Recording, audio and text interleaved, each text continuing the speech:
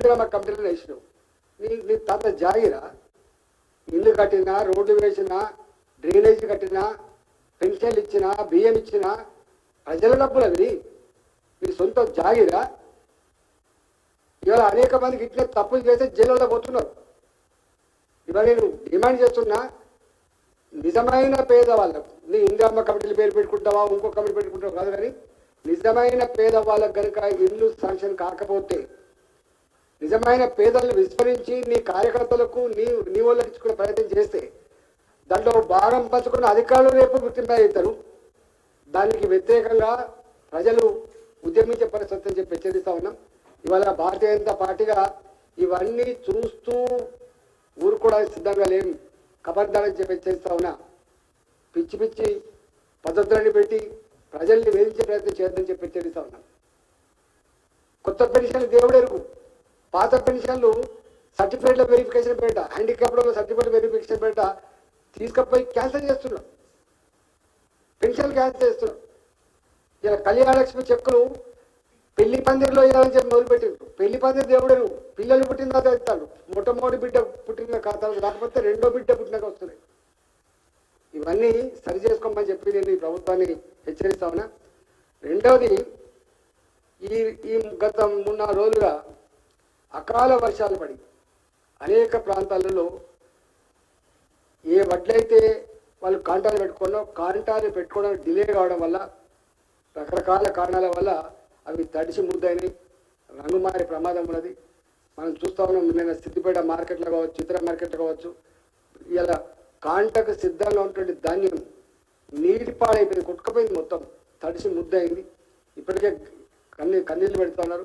ఒక మహిళ పిడుగుపడి చనిపోయినట్టుగా మనం చూస్తూ ఉన్నాం. కాబట్టి ప్రభుత్వం తక్షణమే యుద్ధ ప్రాతిపదిక పైన ఈ ధాన్యాన్ని మొత్తం, ఎందుకంటే ఇది ఎండాకాలం పంట కాబట్టి ఎండాకాలం పంట ఫార్బాయిల్ లేకపోయేటువంటి ఆస్కారం ఉంటుంది. కాబట్టి ఎక్కడెక్కడ ఈ తడిసిన ధాన్యం ఉందో అక్కడక్కడ మొత్తం కాంటాలు పెట్టించి మీరు ఫార్బాయిల్ తరలించి రైతాంగాన్ని ఆదుకోవాలని చెప్పి నేను డిమాండ్ చేస్తున్నాను.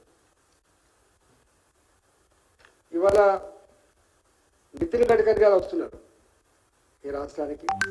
కొన్ని వేల కోట్ల రూపాయల అభివృద్ధి పనులు, ఒకటి పూర్తయిన పనులకు అంకితం చేసే పని, రెండోది కొన్ని ఏమో భూమి పూజ చేసే కార్యక్రమానికి వస్తున్నారు. ఆదిలాబాద్లో మొదలుపెట్టి హైదరాబాద్ దాకా. ఈరోజు మా దగ్గర హైదరాబాద్లో ఇప్పటికే ఉప్పల్ ఫ్లైఓవర్ కావచ్చు, అంబర్పేట ఫ్లైఓవర్ కావచ్చు, మా మేడ్చల్ కుంపల్లి ఫ్లైఓవర్లు కావచ్చు, ఇవన్నీ కొన్ని పూర్తయినాయి, కొన్ని ఏమో సీరియస్ నడుస్తున్నాయి. ఎక్కడెక్కడైతే కొన్ని పనులు వేగవంతంగా జరుగుతలేవో అవన్నీ కూడా వేగవంతంగా జరిపించడానికి అవసరమైతే కాంట్రాక్టులను మార్చైనా, కాంట్రాక్టుల మీద చర్యలు చేపట్టైనా ప్రజలకు అసౌకర్యం కలుగుతుంది. కాబట్టి ప్రభుత్వం ఏ మంచి ఉద్దేశంతో అయితే ఇవి శాంక్షన్ చేసినాయో, స్టిపులేటెడ్ టైంలో పూర్తి చేయాలో, కాంట్రాక్టర్లు ఏ కారణాల వల్ల వాళ్ళు పూర్తి చేయట్లేదో వాటిని సమీక్షించి అవసరమైన టెర్మినేట్ చేసి వేగంగా కట్టించేటువంటి ప్రయత్నం చేయడానికి కోసం మేము, ఎందుకంటే ఈ పార్లమెంట్ పరిధిలో ఎక్కువ జరుగుతూ ఉన్నాయి కాబట్టి దాని మీద కూడా ఒక మంత్రి గారిని ఒక మెమరాండం ఇచ్చే ఆస్కారం ఉంది.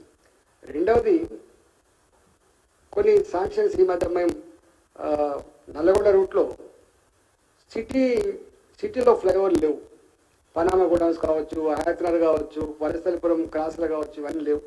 అటన్నిటి కూడా కొత్తగా ఒక 260 కోట్ల రూపాయలతోటి 260 crore రూపీస్ తోటి నేను పార్లమెంట్లో ప్రస్తావిస్తే తక్షణమే స్పందించి తప్పకుండా ఇస్తా అని చెప్పి వాళ్ళు ఇచ్చిండ్రు.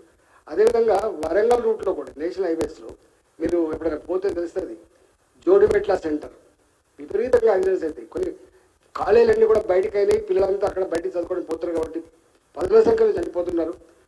రోడ్లేమో నేషనల్ హైవేస్ బాగా స్పీడ్ అయినాయి, కానీ అక్కడక్కడ క్రాసింగ్ల కాడ ఫ్లైఓవర్ లేకపోవడం వల్ల ఒకటేమో జోడిమెట్ల, రెండవదేమో ఎన్టీపీసీ, మూడవదేమో గడికేసర్ దాటంగానే రింగులు దాటంగానే అక్కడ కూడా, అదేవిధంగా అంకుషాపూర్, ఇలాంటి వాటిని కూడా మేము పార్లమెంట్లో ప్రస్తావించడం.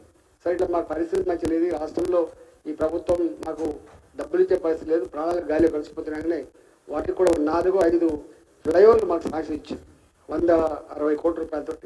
అవి కోసం కూడా భూమి పూజ జరుగుతుంది. ద మోస్ట్ ఇంపార్టెంట్ థింగ్ ఏంటంటే బాలానగర్ నుంచి మొదలుపెట్టి నర్సాపూర్ వరకు బాలనగర్ ఇండస్ట్రియల్ ఏరియా, తర్వాత అనేక కేంద్ర ప్రభుత్వ నిధులు సంస్థలు ఉన్నటువంటి ఏరియా, జీడిమెట్ల ఏరియా, అదంతా పారిశ్రామిక డెవలప్మెంట్ ఏరియా కాబట్టి అక్కడ ఫ్లైఓవర్ లేకపోవడం వల్ల గంటల తరబడి మేము బాలనగర్ చౌరస్తా నుంచి మొదలుపెట్టి నర్సాపూర్ రింగ్ రోడ్ వరకు పోయే వరకు, సూరా రింగ్ రోడ్ వరకు పోయే వరకు 2 గంటలు పడతాను. అది జిహెచ్ఎంసీ పరిధి అయినప్పటికీ కూడా గడ్కరీ గారికి విలువించు. ఎందుకంటే స్మార్ట్ సిటీల పీరియడ్ కావచ్చు, అదేవిధంగా అమృత నగరాల పీరియడ్ కావచ్చు, రాష్ట్ర ప్రభుత్వాలు మీట్ అయితే లేవు కాబట్టి, రాష్ట్ర ప్రభుత్వాలు ప్రజలకు సౌకర్యం కల్పిస్తలేవు కాబట్టి కేంద్ర ప్రభుత్వం నేరుగా వీటి పేరిట మనకు స్వచ్ఛ భారత్ మీద కానీ, నేషనల్ హైవేస్ మీద